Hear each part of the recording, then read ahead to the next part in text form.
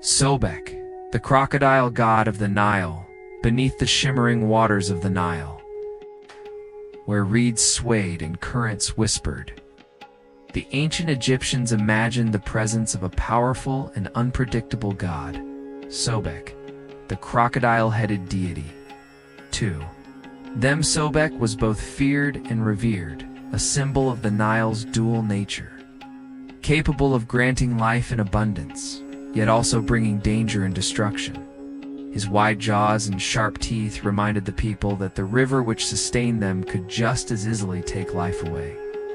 Sobek appeared as a man with the head of a crocodile, fierce and watchful, his scales gleaming like the river's surface under the sun.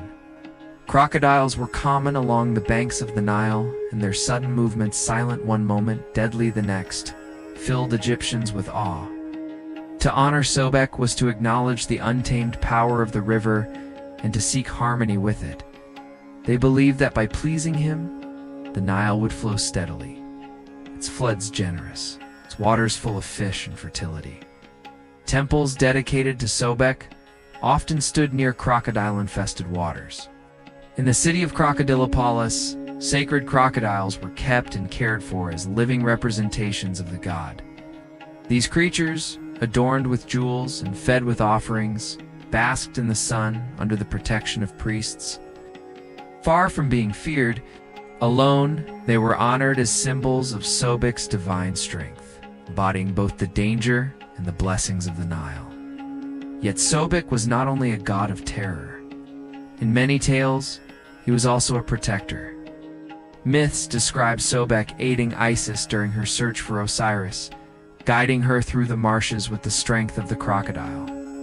In battle, his ferocity was unmatched, tearing through enemies with the unstoppable force of the river itself.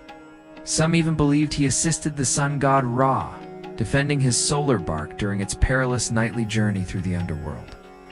For farmers, Sobek's blessing was vital.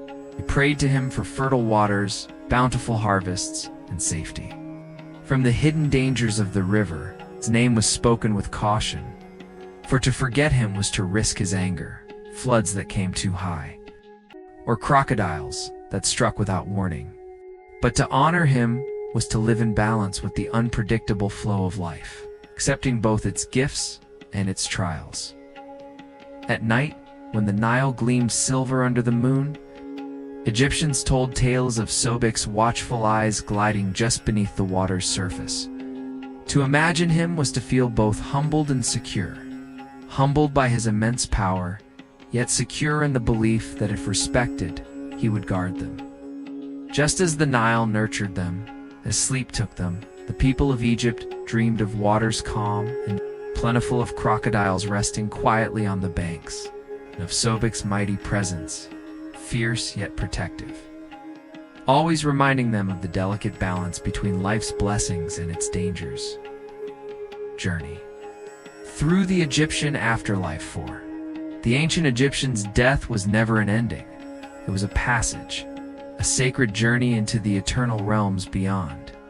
They believed that the soul, called the Ka, would rise from the body and begin its voyage through the mysterious landscapes of the afterlife.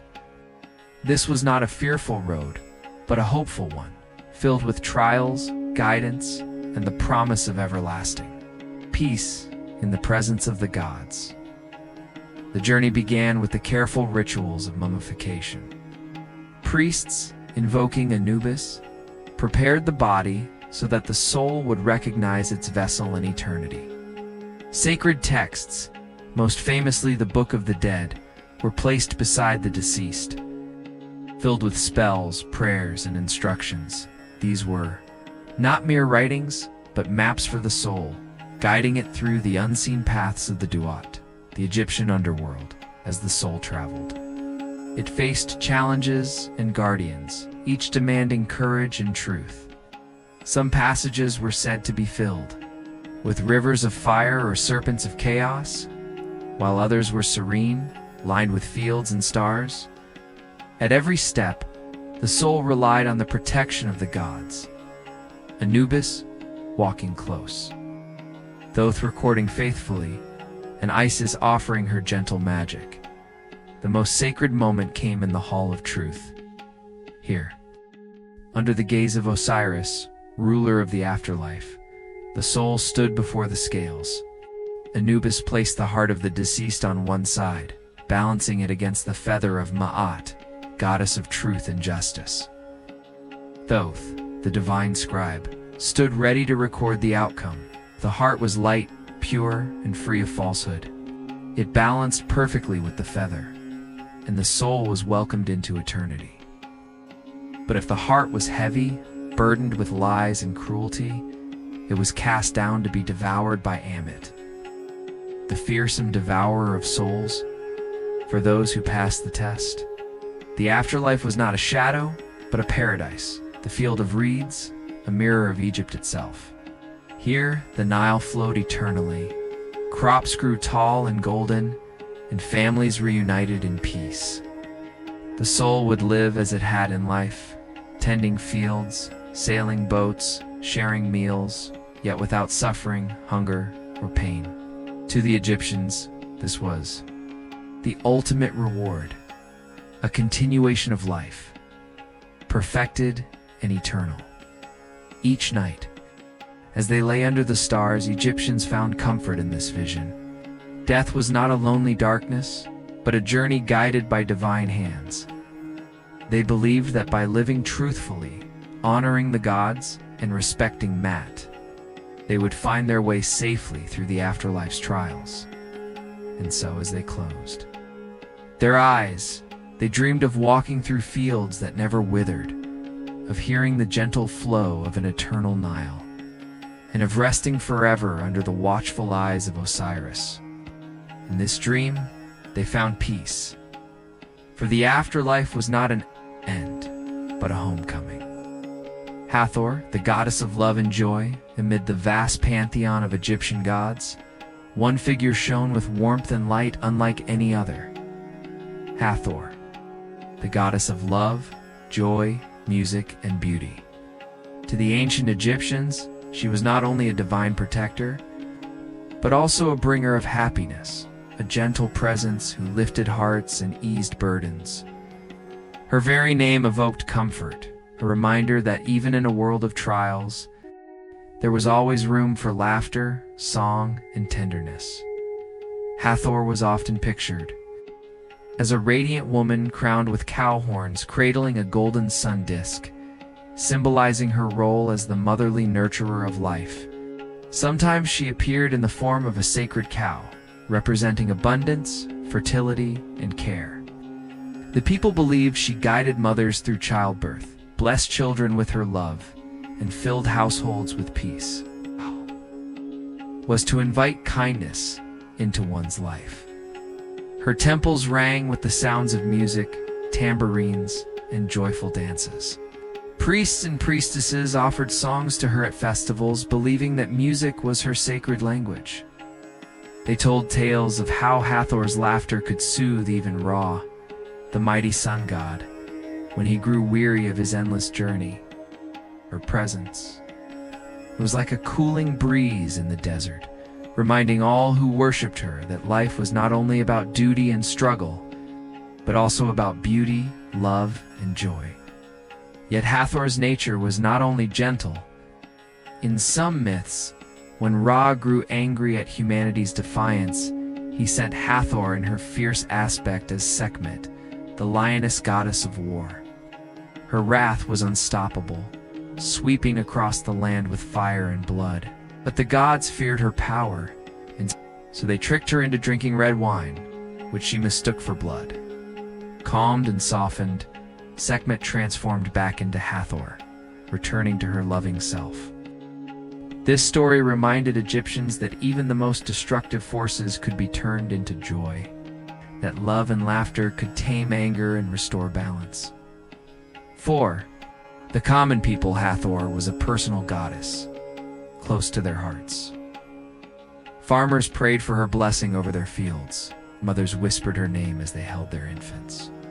Travelers believed she guided them across deserts and foreign lands, watching over them like a protective mother. Even the dead hoped for her presence, as she was said to welcome souls into the afterlife with music and warmth, guiding them gently into the arms of eternity.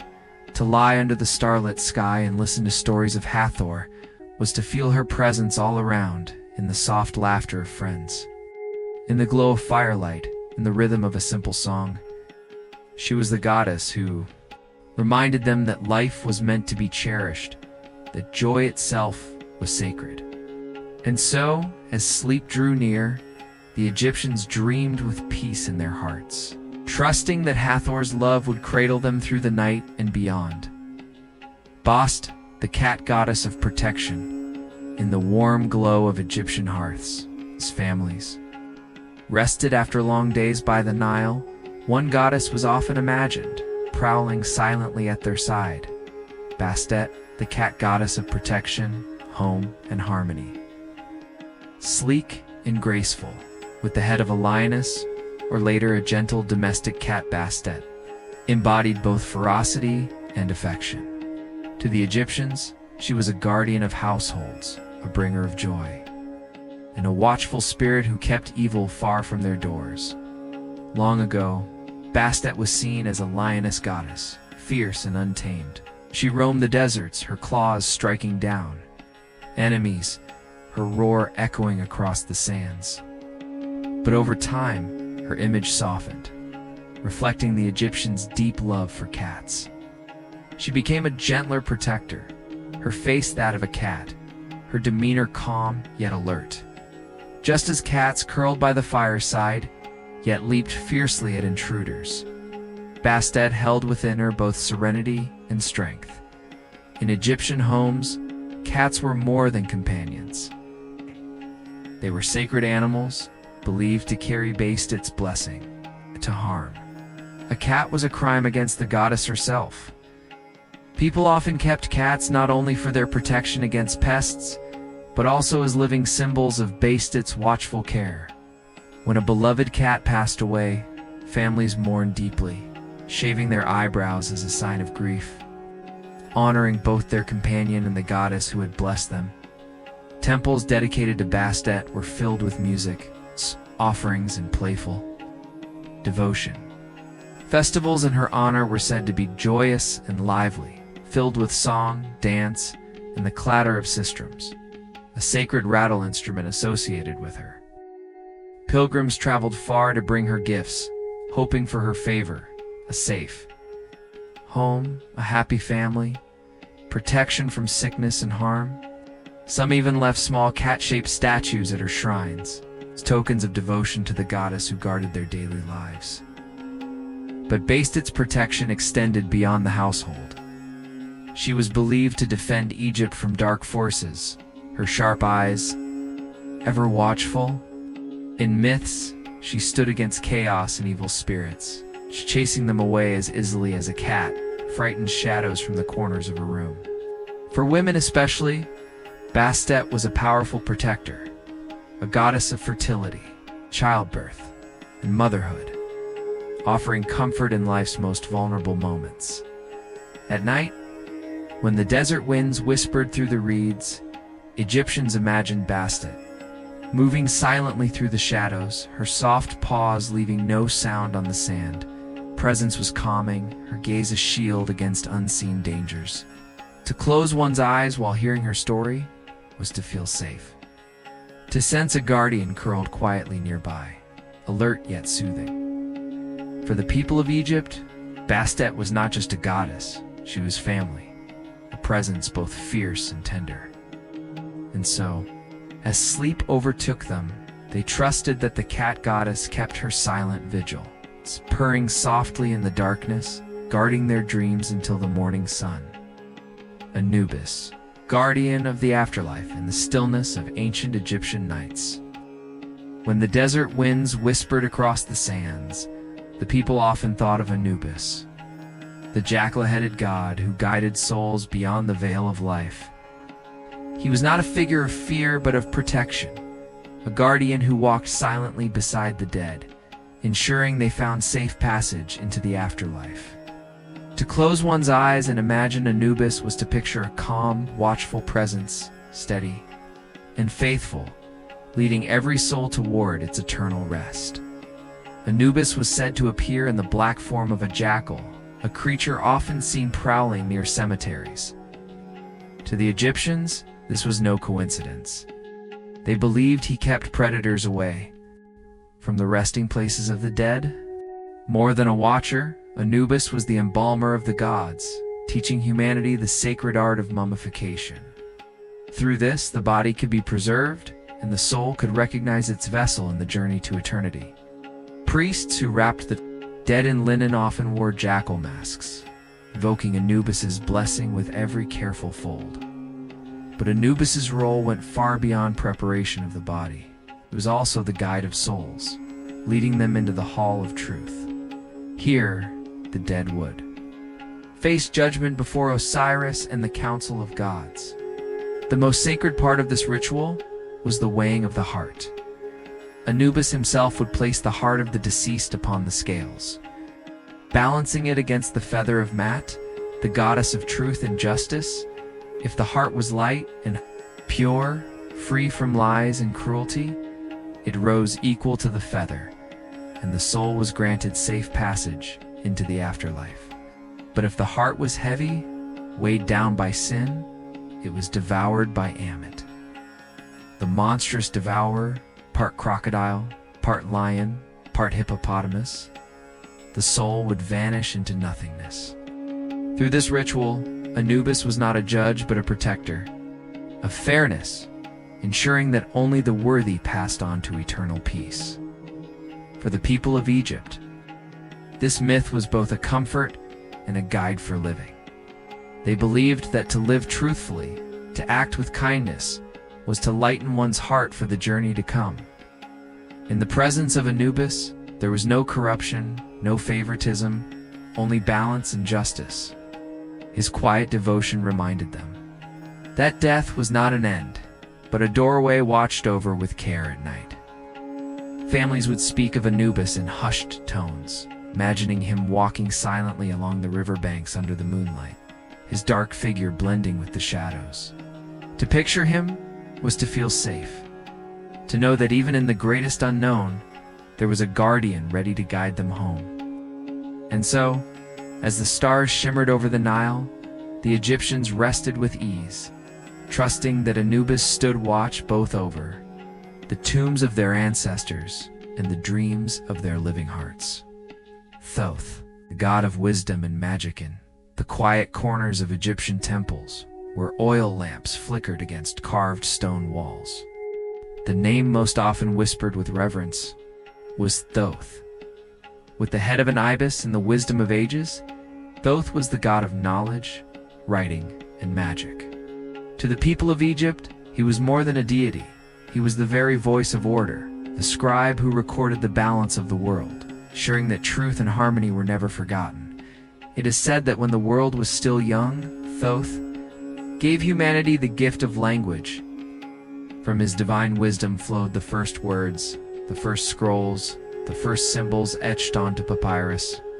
The Egyptians believed that every hymn sung in the temples, every law written on stone, every story told under the stars was possible because of Thoth's guidance. They called him the scribe of the gods, for he recorded every event, great and small, so that nothing would be lost to time. But Thoth's powers stretched far beyond writing. He was the master of magic, the one who knew the hidden words that shaped the universe. In myths, when the gods quarreled or the balance of Mat was threatened, it was Thoth who restored peace. He spoke calmly with reason and fairness, reminding the divine of order. His wisdom was like cool water poured over fire, soothing, patient and unyielding in truth. One of his greatest acts was helping Isis during her search for Osiris. When her grief was too great, Thoth's knowledge of magic guided her spells, giving her strength to weave Osiris back together. In this way, he was a protector, not only of truth, but also of life. Using wisdom to heal what had been broken, Thoth was also closely tied to the moon, seen as its shining light across the desert night.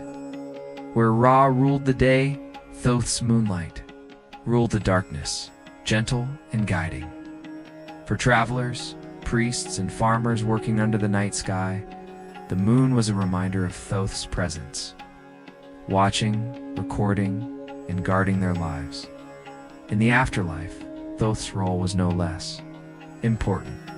When Anubis weighed the hearts of the dead, Thoth stood beside the scales, recording the outcome with his sacred pen.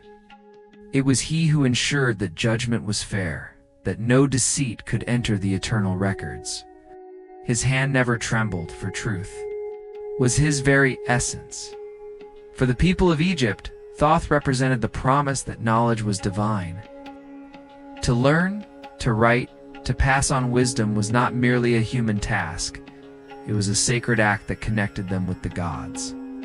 As they lay in their beds at night, children and adults alike found peace in knowing that Thoth's wisdom stretched over all creation, a calm and constant force, ensuring that chaos could never erase the truth.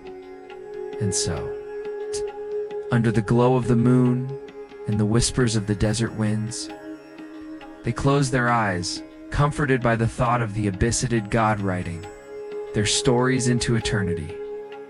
Osiris and Isis' love and resurrection among the countless tales woven into Egyptian mythology. None was more beloved or more poignant than the story of Osiris and Isis. It was a story of betrayal and sorrow, but also of love, magic, and the eternal promise of renewal. To the people of the Nile, this myth was more than a legend. It was a mirror of life itself, teaching that even in death, love could endure and hope could bloom again. Osiris, the god of fertility and the afterlife, ruled Egypt as a just and noble king. He brought order to the land, taught the people how to farm, and guided them in worship of the gods. At his side was his devoted wife, Isis, a goddess of magic, wisdom, and healing. Together, they represented harmony, the balance between power and compassion, life, and the mysteries beyond. But harmony breeds jealousy. Osiris's brother, Seth, god of chaos and storms, envied his throne. With cunning malice, Seth crafted a beautiful coffin, perfectly measured to Osiris's body. At a grand feast, Seth unveiled his gift and promised it to whoever fit inside. When Osiris stepped in, curious and unsuspecting, Seth slammed the lid shut, sealed it with molten lead, and hurled it into the Nile. The river carried the coffin far away, leaving Egypt mourning the loss of its beloved king. Isis's grief was boundless, yet her love was stronger still.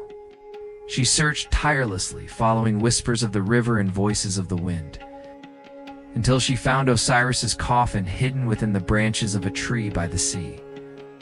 With gentle devotion, she brought it back, hoping to restore him. Seth's fury was not yet spent.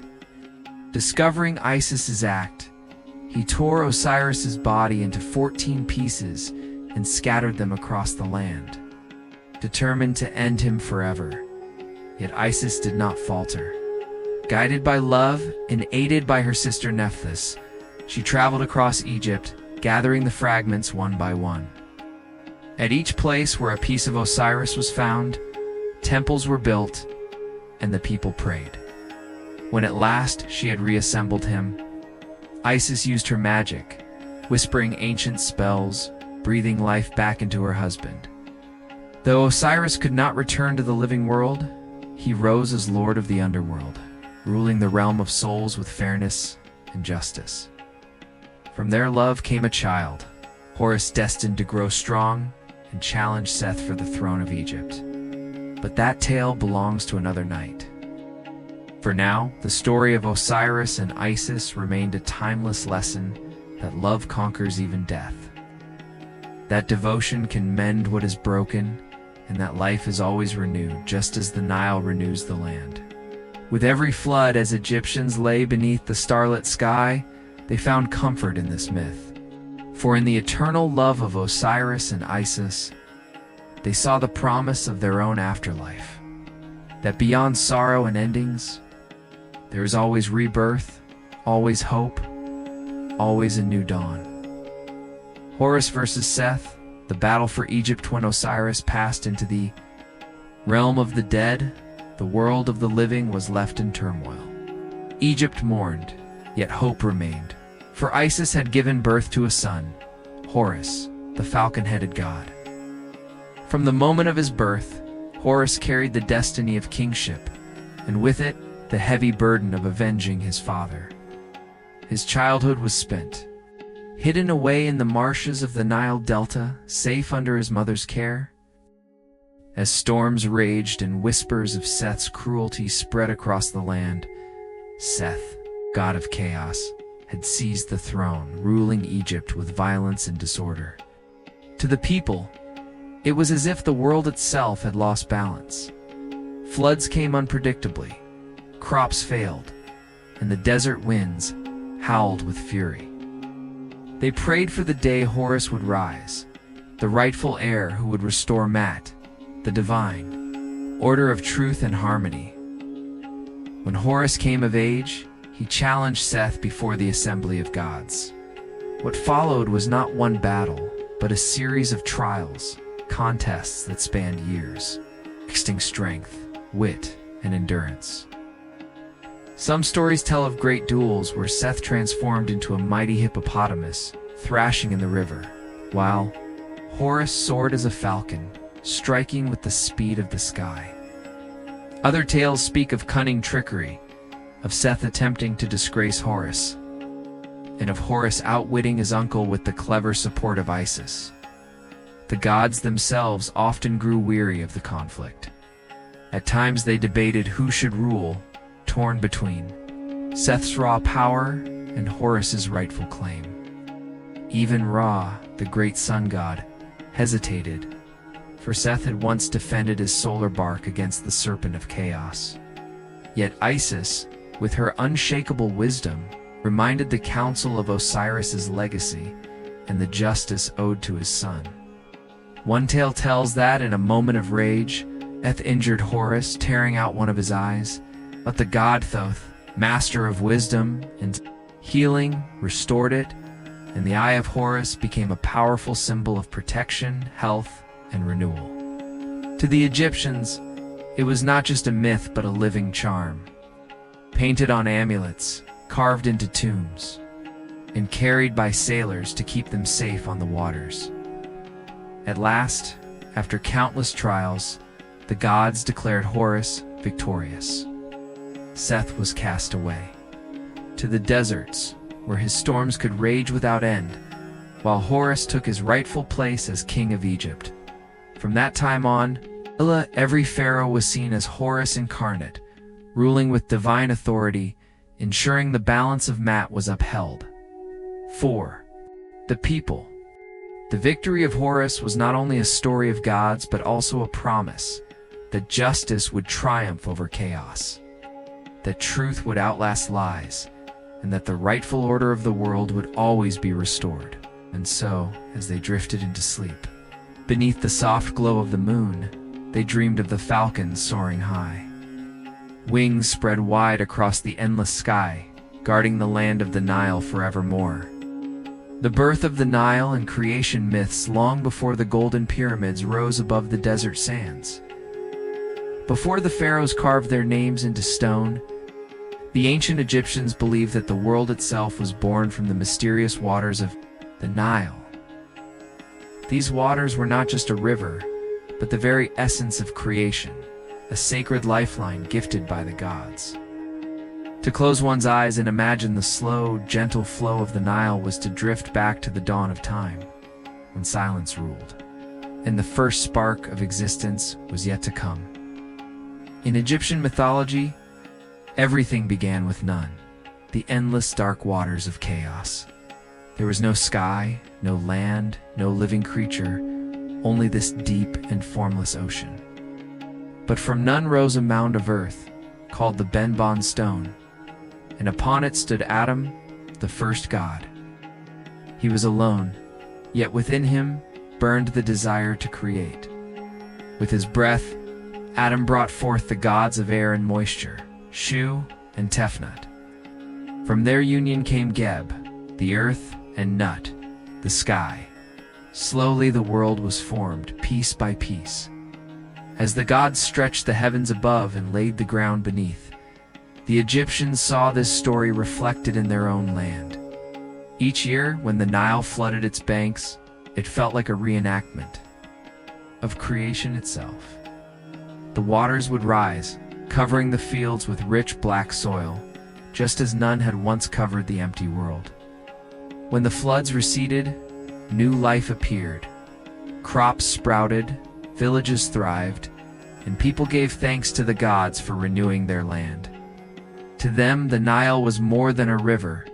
It was proof that creation was not a single moment long ago, but a cycle happening again and again. Central to this belief was the mighty Ra, the sun god. They said that Ra sailed across the sky each day in his golden boat, spreading warmth and light, then sank into the western horizon to journey through the underworld at night.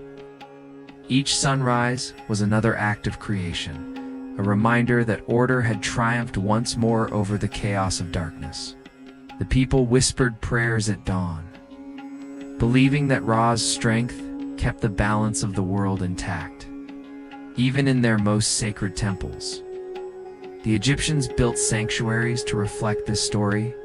Inside, priests reenacted the moment of creation, during rituals, calling upon the gods to maintain harmony between land, river, and sky. To them, the origin of the Nile was not just a myth, it was a living truth that connected heaven and earth, gods and mortals, the past and the present. And so, when night fell and families sat by the glow of oil lamps, they told stories of the first sunrise, of the gods who stepped forth from the waters, and of the river that carried life itself.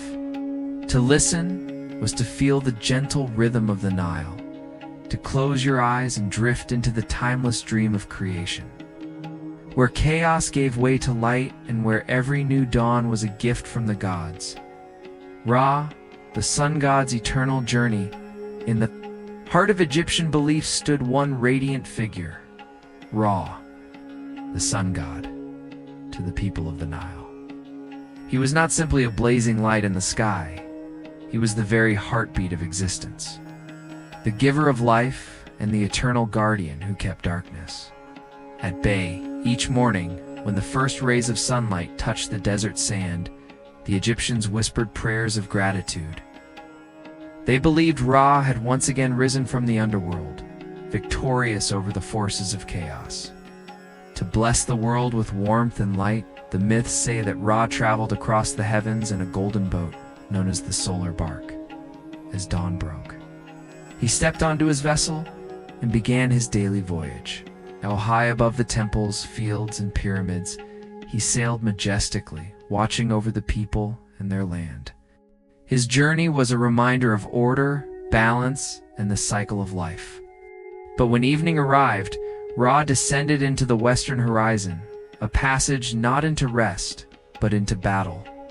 For at night, Ra's boat entered the underworld, a dark and dangerous place known as Duat. Their monstrous creatures waited to drag him into eternal shadow. The greatest of these foes was Apep, a colossal serpent of chaos. Each night, Ra faced this terrifying beast, and each night, the people of Egypt believed he must conquer it for the dawn to return. They listened to priests chant protective spells in Ra's name, praying that his light would never be extinguished. And so, every sunrise felt like a miracle, promise renewed.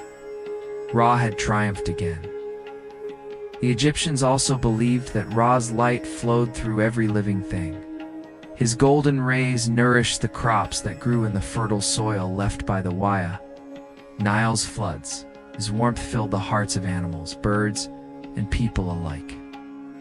Pharaohs claimed to be the sons of Ra, chosen to carry his divine authority on earth. To obey the pharaoh was, in their eyes, to honor the will of the sun god himself. Even in moments of hardship, when the Nile ran low, Or when storms swept across the desert, the people trusted in Ra's eternal cycle. They saw in his journey a reflection of their own lives. Struggles followed by victories, nights followed by dawns.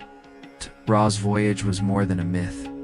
It was a lesson in resilience and renewal. As night settled across ancient Egypt, storytellers reminded listeners that Ra's boat was still sailing, even in the unseen worlds.